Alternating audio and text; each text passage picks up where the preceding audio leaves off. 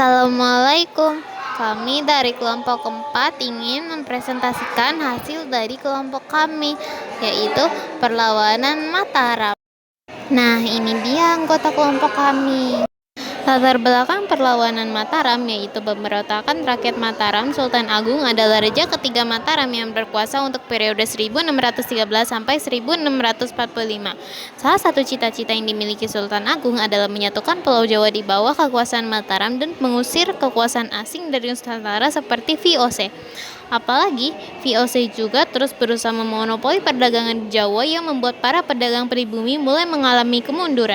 Oleh karena itu, Sultan Agung sangat menentang eksistensi VOC di Nusantara, terutama di Jawa. Konflik pertama antara Mataram dan VOC terjadi pada 8 November 1618 ketika Gubernur Jenderal VOC dan Jan Pieterszoon Koen memerintahkan anggotanya Van der Mark menyerang Jepara. Penyerangan ini membuat Mataram mengalami kerugian yang sangat besar. Hubungan keduanya pun semakin memburuk setelah Sultan Agung melarang menjual beras kepada pihak VOC. Sejak itu, orang-orang Belanda mulai membenci Sultan Agung. Setelah itu, muncul tuduhan bahwa VOC telah merampok kapal-kapal orang Jawa. Kejadian ini lantas membuat Sultan Agung mempersiapkan penyerangan terhadap VOC yang bermarkas di Batavia. Awalnya, VOC bermarkas di Ambon. Namun, setelah berhasil merebut Jayakarta yang kemudian namanya diganti menjadi Batavia, VOC memutuskan memindahkan markas mereka ke sana pada 1619. Pada masa pemerintahan Sultan Agung, Mataram mencapai zaman keemasan dan bercita-cita untuk mempersatukan seluruh tanah Jawa dan mengusir kekuasaan asing dari bumi Nusantara, termasuk VOC. Tindakan VOC yang berupaya untuk melakukan monopoli perdagangan membuat para pedagang pribumi mengalami kemunduran. Kebijakan monopoli itu juga dapat membawa penderitaan rakyat. Sultan Agung merencanakan serangan ke Batavia, yakni 1. Tindakan monopoli yang dilakukan VOC. 2. VOC sering menghalang-halangi kapal-kapal dagang Mataram yang akan berdagang ke Malaka. 3. VOC menolak untuk mengakui kedaulatan Mataram. 4. Keberadaan VOC di Batavia telah diberikan ancaman serius bagi masa depan. Demikian latar belakang telah selesai.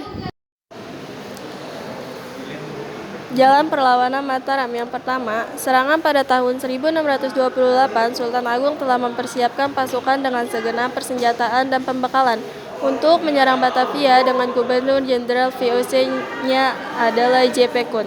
Tetapi, kekuatan tentara VOC dengan senjata jauh lebih unggul, sehingga dapat memukul mundur semua lini kekuatan pasukan Mataram. Serangan tentara Sultan Agung pada tahun 1628 itu belum berhasil. Yang kedua, serangan tahun 1629, pasukan Mataram kembali diberangkatkan menuju Batavia. Belajar dari kekalahan terdahulu, Sultan Agung meningkatkan jumlah kapal dan senjata. Ia juga membangun lumbung-lumbung beras untuk persediaan bahan makanan seperti di Tegal dan Cirebon. VOC mengirim kapal-kapal perang untuk menghancurkan lumbung-lumbung yang dipersiapkan pasukan Mataram di Tegal. Tentara VOC berhasil menghancurkan 200 kapal Mataram, 400 rumah penduduk, dan sebuah lumbung beras. Dengan mengandalkan persenjataan yang lebih baik dan lengkap, akhirnya VOC dapat menghentikan serangan-serangan pasukan Mataram. Pasukan Mataram semakin melemah dan akhirnya ditarik mundur kembali ke Mataram.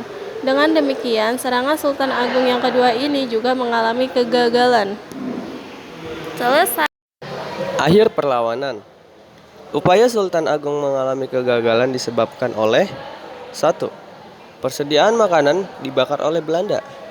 2. Terjadinya wabah penyakit di tentara. 3. Persenjataan yang tidak seimbang. 4. Jarak Mataram dan Batavia jauh sekali dan cukup melelahkan, sehingga pertahanan Mataram kurang memadai. Sebagai pengganti Sultan Agung adalah Sultan Amangkurat I. Ia memerintah pada tahun 1646 sampai 1677. Ternyata Raja Amangkurat ini merupakan raja yang lemah dan bahkan bersahabat dengan VOC. Selain itu, bersikap sewenang-wenang kepada rakyat dan kejam terhadap para ulama. Oleh karena itu, timbul berbagai perlawanan, salah satunya perlawanan yang dipimpin oleh Trunajaya. Tokoh-tokoh. 1. Sultan Agung Tirtayasa. 2. Tumenggung Wiraguna. 3. Adipati Jumina. 4. Pangeran Mundura Reja. 5. TP Coen. Terima kasih.